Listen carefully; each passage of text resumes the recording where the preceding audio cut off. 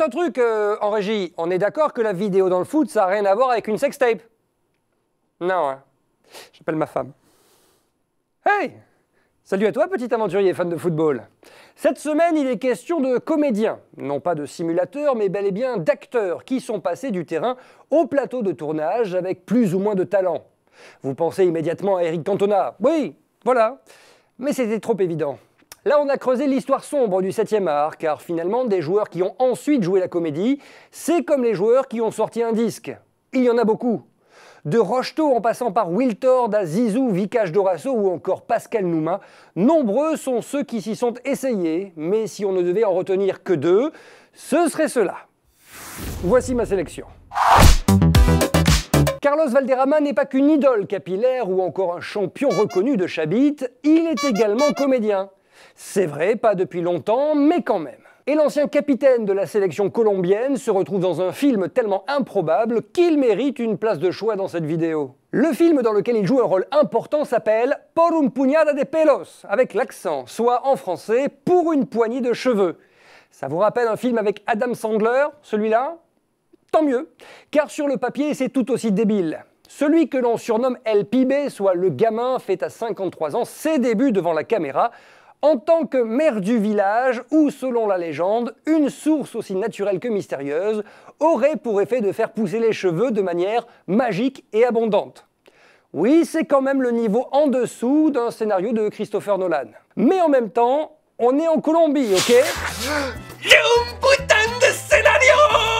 Le film n'est sorti que dans les cinémas de Bogota et a connu un succès tout relatif. Reste que l'objet est en passe de devenir culte, Carlos, lui, a apprécié l'expérience et souhaiterait la renouveler. Reste maintenant à trouver un autre film tout aussi improbable. J'ai un deuxième scénario, l'histoire d'un chevalier Jedi hollandais allergique au gluten! Attention, mec fou! Stan Collymore a une carrière de joueur des plus honnêtes. On parle d'un mec qui a fait 11 ans en pro en Première Ligue, qui a joué à Liverpool et Aston Villa, et qui compte 3 sélections internationales. Là-dessus, cool, rien à dire. Non, c'est plutôt sur les à côté du foot que ça a posé des soucis pour le monsieur. Car celui qui fut l'un des plus gros transferts des années 90 a eu de sérieux problèmes personnels, qu'il qualifie lui-même de démons intérieurs, dans son autobiographie sortie en 2004. Le mec a été licencié de la chaîne BBC 5 pour laquelle il commentait les matchs, après avoir été accusé par News of the World d'avoir participé à un dogging. Ce genre de réunion bien connue des fans de YouPorn où des dames donnent du plaisir à des inconnus sur des parkings dégueulasses. Je connaissais pas, je connais pas.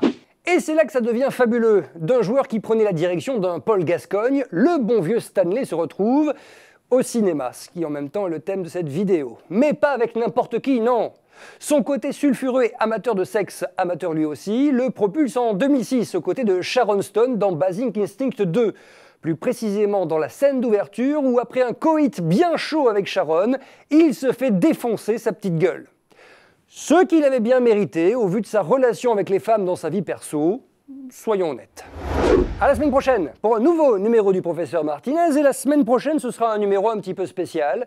Vous avez été très nombreux à nous demander sur notre site internet, surtout toi, Nissar6666, amour et cœur, la question: quel sketch d'Anne Roumanoff fait le plus rire Marcelo Bielsa? Soyez présents.